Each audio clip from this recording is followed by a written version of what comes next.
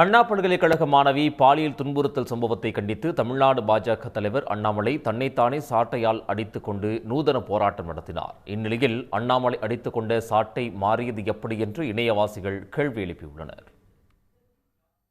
தமிழ்நாட்டில் எந்த அரசியல் கட்சி தலைவரும் அறிவிக்காத வினோதமான போராட்டத்தை அண்ணாமலை அறிவித்தார். அதன்படி தன்னைத்தானே சாட்டையால் அடித்துக் கொள்ள உள்ளதாகவும் 48 நாட்களுக்கு விரதம் இருக்க உள்ளதாகவும் தெரிவித்தார்.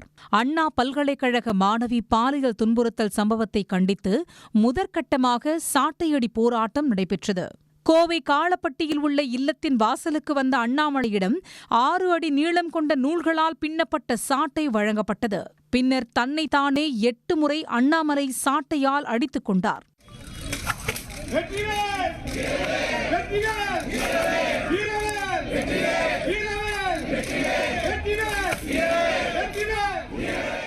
பின்னர் செய்தியாளர்களிடம் பேசிய அண்ணாமலை லண்டன் சென்று திரும்பிய பிறகு தனக்கு பக்குவம் அதிகரித்துள்ளதாக தெரிவித்தார்.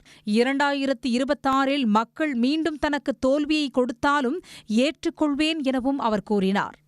இதனிடையே தடிமனான சாட்டை கொண்டுவரப்பட்ட நிலையில் அதை மாற்றிவிட்டு தடிமன் குறைவான சாட்டையால் அண்ணாமலை அடித்துக் கொண்டதாக விமர்சனங்கள் எழுந்துள்ளன.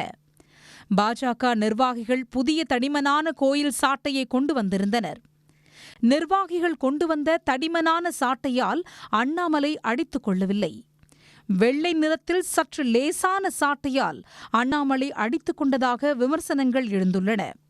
தடிமனான சாட்டையால் அடித்துக் கொண்டால் அண்ணாமலைக்கு காயங்கள் ஏற்படும் என்பதால் சற்று லேசான சாட்டை கடைசி நேரத்தில் மாற்றப்பட்டதா என்று சமூக வலைதளத்தில் இணையவாசிகள் கேள்விகளை எழுப்பி வருகின்றனர். உடனுக்குடன் செய்திகளை தெரிந்து கொள்ள சன் நியூஸ் பெல் ஐகானை கிளிக் பண்ணுங்க.